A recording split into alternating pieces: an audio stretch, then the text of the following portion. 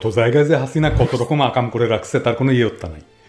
সবার মুখ বন্ধ রেখে হাসিনা যাচ্ছাতেই করে গেছে দেশ নিয়ে, কেউ কিছু কইতে পারে না। এই আমরা যারা কয়জন দেশে থাকি না তারাই কিছু কিছু কইতে পারি। আজ একটা অতি গুরুত্বপূর্ণ বিষয় নিয়ে কথা বলবো, যে বিষয়টা বাংলাদেশের সার্বভৌমত্বের সাথে যুক্ত। দেখবেন হাসিনা কিভাবে বাংলাদেশের সার্বভৌমত্বকে ঝুঁকির মুখে ফেলছে। বিষয়টা ফেনী নিয়ে।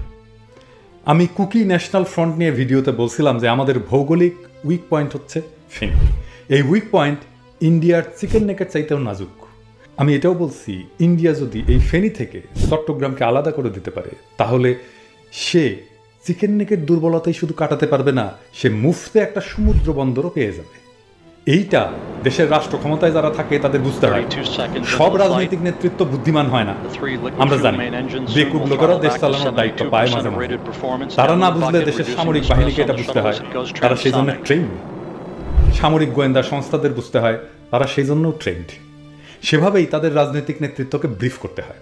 আজকে আমরা দেখব ফেনী অঞ্চলের ভূ রাজনৈতিক গুরুত্বকে কিভাবে খাটো করা হয়েছে, উপেক্ষা করা হয়েছে, এবং এমন ভয়ানক সব কাজ করে বিপজ্জনক পরিকল্পনা করে দেশের সার্বভৌমত্বকে ঝুঁকির মুখে ফেলে দেওয়া হয়েছে। ঝুঁকির মাত্রাটা বোঝার জন্য আসেন আমরা ফেনী নিয়ে আমাদের ভৌগোলিক ঝুঁকিগুলো কি কি সেটা আলাপ করি।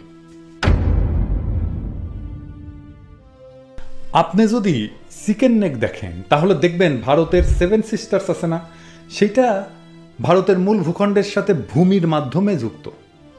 কিন্তু আমাদের পুরা চট্টগ্রাম অঞ্চল বাংলাদেশের মূল ভূখণ্ড থেকে ভূপ্রাকৃতিকভাবে বিচ্ছিন্ন। ভয়ানক কথা, কিন্তু ফেনী নদী চট্টগ্রাম অঞ্চলকে বাংলাদেশের মূল ভূখণ্ড থেকে বিচ্ছিন্ন করে রাখছে। এই চট্টগ্রাম অঞ্চল বাংলাদেশের মূল ভূখণ্ডের সাথে কিভাবে যুক্ত? তাইলে যুক্ত মাত্র 3টা সড়ক সেতু আর একটা রেল সেতু। মাত্র এই 4টা সেতুর নিয়ন্ত্রণ শত্রুপক্ষ নিয়ে নিতে পারলে আমাদের মূল ভূখণ্ডের সাথে চট্টগ্রাম বিচ্ছিন্ন হয়ে যাবে। শুধু তাই না, আমাদের মূল ভূখণ্ডের সাথে আমাদের সমুদ্র যোগাযোগ বন্ধ হয়ে যাবে। আমরা মূলত একটা ল্যান্ড লকড কান্ট্রিতে পরিণত হব। কেউ কেউ বলতে পারেন, কেন আমাদের মোংলা বন্দর আছে না? এটা নদী বন্দর, সমুদ্র বন্দর না। সমুদ্রগামী জাহাজ এই মোংলা বন্দরে এসে নোঙ্গর ফেলতে পারবে না। এই অবস্থা কি চিকেন নেকের চাইতে ভয়ানক না? আসেন আমরা এই বিষয়টা গুগল আর্থে দেখি।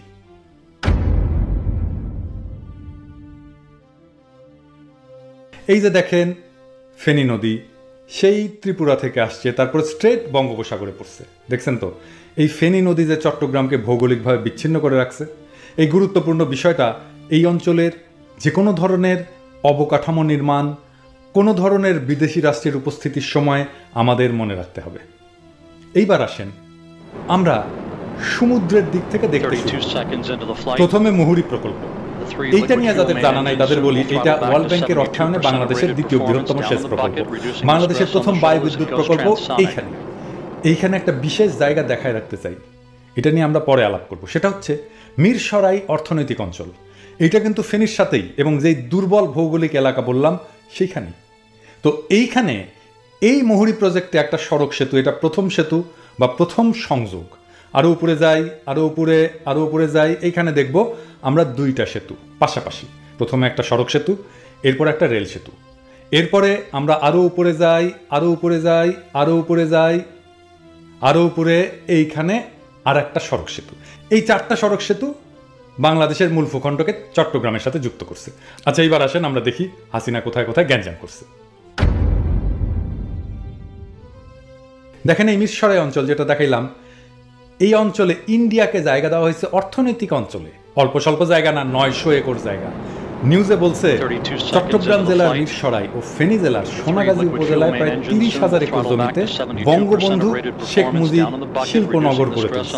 সেইখানে 900 একর জায়গা দেওয়া হয়েছে ভারতীয় অর্থনৈতিক অঞ্চল তৈরি করার জন্য। কেউ কখনো নিজের দুর্বল ভৌগোলিক জায়গায় অন্য রাষ্ট্রকে স্থাপনা বানাতে দেয়? আমাদের তিস্তা প্রজেক্ট আমাদের জায়গায়, আমাদের মাটিতে, সেই প্রজেক্টে আপত্তি দেয় ইন্ডিয়া এই কারণে যে এটা চায়না করবে। আর আমার দুর্বল ভৌগোলিক জায়গায় আমি খোদ ইন্ডিয়াকে 900 একর জায়গা দিলাম স্থাপনা করার জন্য। ওইখানে 900 একর জায়গায় তো 9,000 ইন্ডিয়ান কমান্ডো সিভিলিয়ান সাইজে চাকরি করবে। এই কাজে সেনাবাহিনী কেন মানা করলো না? আপত্তি জানাইলো না? সামরিক গোয়েন্দারা কেন মানা করলো না? কেন ওকে সিগন্যাল দিল? উত্তর আছে কোনো? ও আচ্ছা, ওনারা তো আবার আমাদের পোস্টে বট বাহিনী দিয়ে কমেন্ট করানোতে বিজি আছেন, ওনাদের ডিস্টার্ব দেওয়া ঠিক হবে না, তাই না? আপনাদের যে দেশের মানুষ বেতন দিয়া পালে, কেন পালে করেনটা? অ্যাডভাইজার থাকাকালীন পল্লী বিদ্যুতায়ন বোর্ডের সঙ্গে বিরোধে জড়ান। তার ক্ষমতার দাপটে বিদ্যুতের দাম বেশি দেখিয়ে সামিট গ্রুপ আর ইবির কাছে থেকে 1200 কোটি টাকার বেশি অর্থ হাতিয়ে নেন। এ নিয়ে মামলা হয়। মামলায় আর ইবি জয়ী হলেও আবুল কালাম আজাদের ক্ষমতার দাপটে সামিট গ্রুপ এই টাকা দিচ্ছে না। জানা যায়, বাংলাদেশ আওয়ামী লীগের নতুন প্রজন্মের নেতাদের মধ্যে সবচেয়ে প্রভাবশালী ছিলেন সাবেক বিদ্যুৎ প্রতিমন্ত্রী নসরুল হামিদ বিপু। একই সঙ্গে তিনি ছিলেন সাবেক প্রধানমন্ত্রী শেখ হাসিনার অত্যন্ত ঘনিষ্ঠ। আওয়ামী লীগের দলীয় think tank centre for research information বা CRI এর পৃষ্ঠপোষকও ছিলেন। শেখ হাসিনার জীবনের উপর নির্মিত হাসিনা এ ডটার্স টেল তথ্যচিত্রটির একজন প্রযোজকও ছিলেন বিপু। সংশ্লিষ্টদের অভিমত, বাংলাদেশের বিদ্যুৎ সমস্যা সমাধানে কৃতিত্বের দাবিদার আওয়ামী লীগ সরকার ও নসরুল হামিদ বিপু। তবে সরকারের এই সাফল্য ম্লান হয়েছে বিদ্যুৎ ও জ্বালানি খাতে ব্যাপক অনিয়ম, দুর্নীতি আর লুটপাটের কারণে।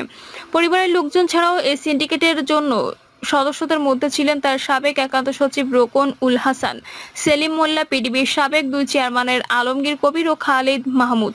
এছাড়া সাবেক IPP সেলের প্রধান ও পিডিবির সাবেক প্রধান প্রকৌশলী গোলাম কিবরিয়া, বাংলাদেশ চায়না মৈত্রী বিদ্যুৎ কেন্দ্রের ব্যবস্থাপনা পরিচালক খোরশেদ আলম, BGCBর সাবেক MD মাসুদ আল বিরুনি।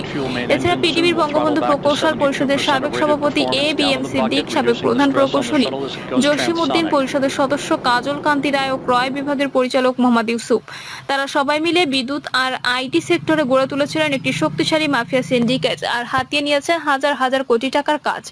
জানতে চাইলে ট্রান্সপারেন্সি ইন্টারন্যাশনাল বাংলাদেশের নির্বাহী পরিচালক ইফতেখারুজ্জামান বলেন, 15 বছরে ক্যাপাসিটি চার্জের নামে বিদ্যুৎ খাতে সবচেয়ে বড় দুর্নীতি হয়েছে। বিশেষ আইনের কারণে উন্মুক্ত প্রতিযোগিতা হয়নি। এসব অনিয়ম ও দুর্নীতির বিচার হতে হবে। নতুন সরকার এসেছে, আমরা নতুন বাংলাদেশের স্বপ্ন দেখছি। ফলে এই খাতে নীতি ও কাঠামো সম্পূর্ণরূপে ঢেলে সাজাতে হবে, আর না হলে নতুন বাংলাদেশের স্বপ্ন বাস্তবায়ন সম্ভব না। তিনি বলেন, 2008-9 থেকে 2021-22 অর্থ বছরের মধ্যে 14 বছরের রেন্টাল, কুইক রেন্টাল ও IPP কেন্দ্রগুলোকে ক্যাপাসিটি চার্জ হিসেবে দেওয়া হয়েছে 89,740 কোটি টাকা। গত জুলাইয়ে পরিবীক্ষণ ও মূল্যায়ন বিভাগের প্রতিবেদনে উল্লেখ করা হয়েছিল, 14 বছরের ক্যাপাসিটি চার্জ হিসেবে সরকার 90,000 কোটি টাকা গচ্ছা দিয়েছে। 2022-23 ও 2023-24 অর্থ বছরের হিসাব যোগ করলে তা 1 লাখ কোটি টাকার বেশি হবে। 15.5 বছর ধরে এই মন্ত্রণালয়ের দায়িত্বে ছিলেন ক্ষমতাচ্যুত প্রধানমন্ত্রী Sheikh Hasina.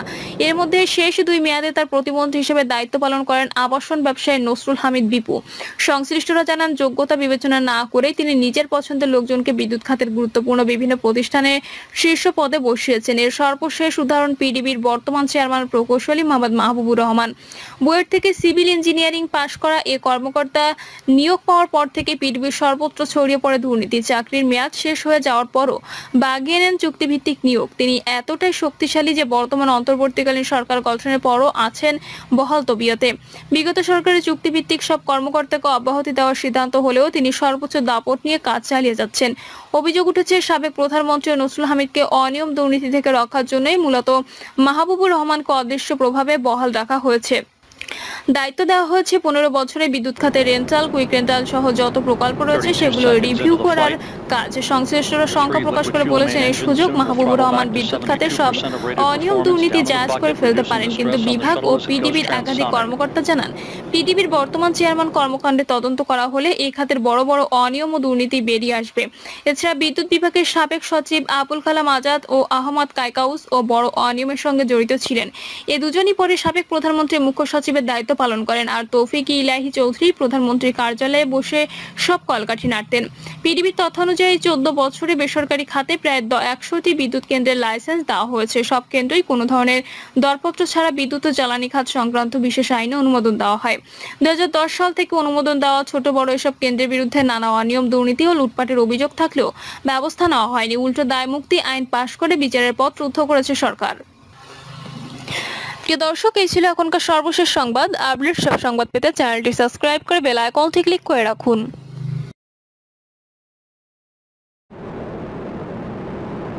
32 seconds into the flight.